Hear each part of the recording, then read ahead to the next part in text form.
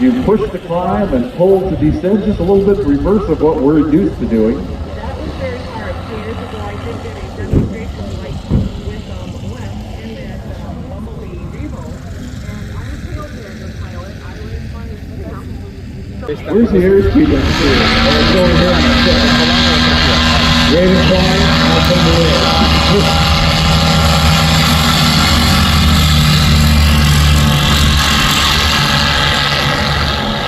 Only old-fashioned, but looking at a panel and just seeing the relative position.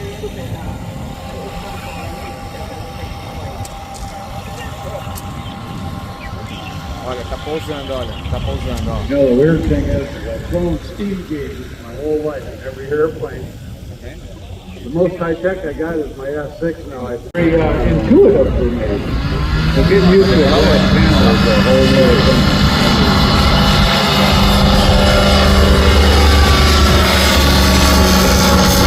Well, there's no glass panel in that thing. Ultralight 103, just a couple basic gauges. That's about Speed indicators as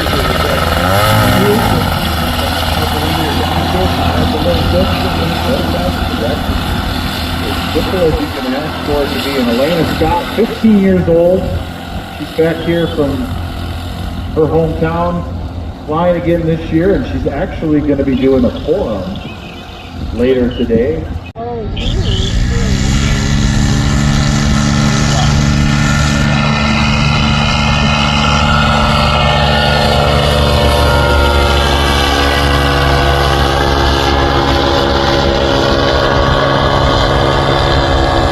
that you sat on the very front. Wings and everything were behind you, but it had a conventional tail. After the drifter came the two-plate drifter. Long tube to 2 people. Seater to a 3-seater, and that's what you see there right now. If you look at the end number on that airplane, it's November 87 Papa Lima, PL, Bill Luckwood.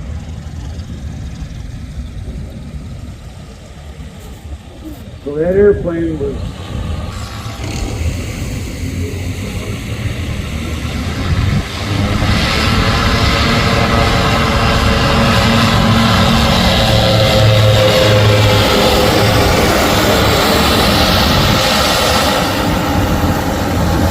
today. You know, by Thursday, we're going to have the whole crowd singing. Every time you see that name on the side of that guest aircraft, it makes you think of that song. So, you might as well enjoy it with us. Well, they told me that we're looking for a few extra volunteers. I was on the train. I was up there yesterday.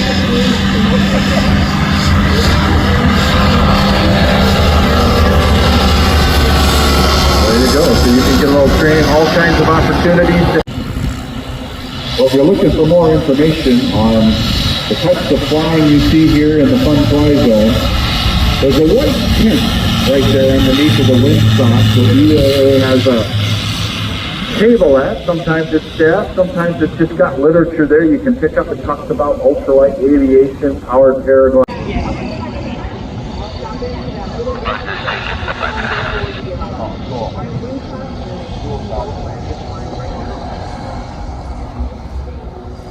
Looking at the weather here, looking at the radar plot, west of Oshkosh so far, for the rest of the day.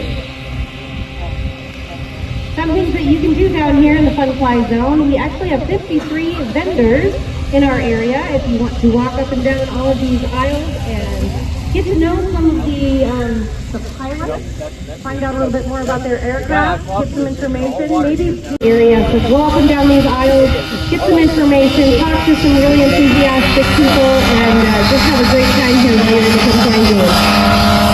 Well, we talked about Mike Ostrander earlier today.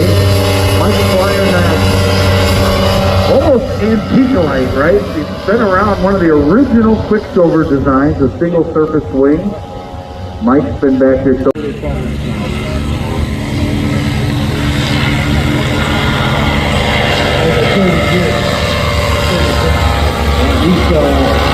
He's been flying, I think, a very long time now.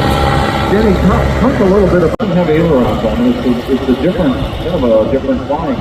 Yeah, the original Quicksilver harkens back to the early 70s. It was actually a converted hang glider. The Quicksilver existed as a hang glider before it ever became an aircraft that we call an ultralight. It had no ailerons, it had no control surface. We was looking across from the fin.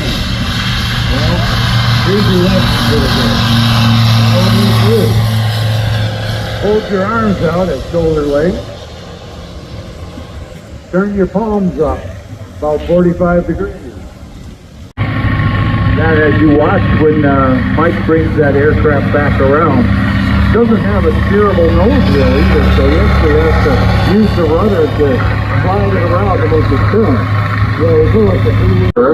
But I talked to him earlier yesterday, and he told us they had one that was coming in that had some modified controls on it. This aircraft, if I'm correct, has the ability to be flown with the rudder connected to the front. So if you have limited mobility in your feet, this aircraft will allow you to control the rudder. Sure that this place looks so great. We really appreciate all of your efforts in making sure that this is very beautiful grounds and taken care of very nicely. Especially for all of our pilots, we don't want anything to fly up and get into their engine. That could be just disaster. Do a great job after our flight test last night. There was very minimal garbage from the public, so do a great job. We want to keep all of our grounds.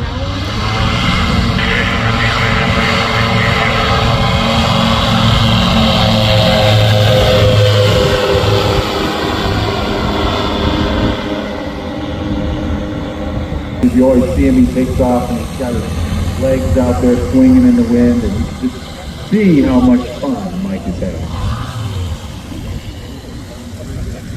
Who knows, maybe we can get Jerry to come back and sing it again for us this year. There's a guy in our flying club, the Michigan Ultralight Association flying club. A guy named Dave Smith. He is a retired teacher. He played guitar. And he rewrote several songs just for ultralighters for flying. Fly away. And it had been reworded to the effect that an ultralight pilot from here to here flying away and landing in the green grass of God's runway. Beautiful song. I just did a munch maneuver. Original speed as she's taken off. She must have heard us. She had her knees in the breeze too. She did. Why not?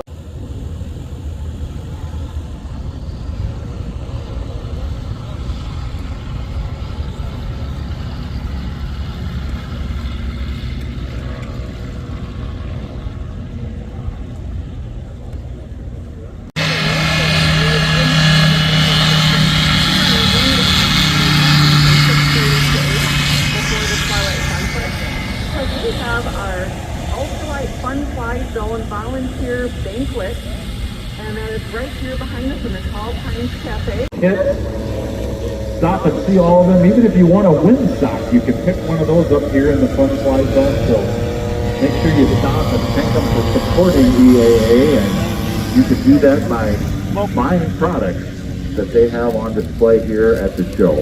While we're at it, however, I want to take a moment to recognize two people up here in the cheerleaders up here.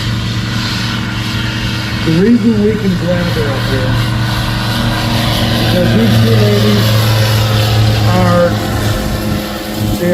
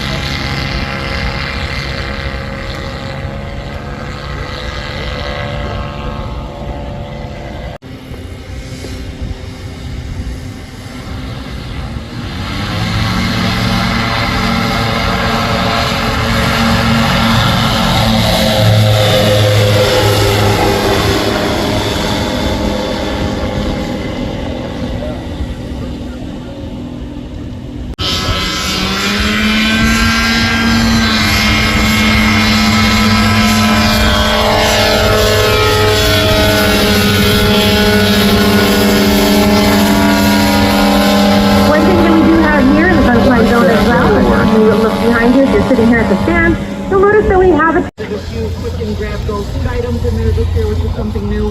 There's ice cream. There are ice cream bars in ice there. cream.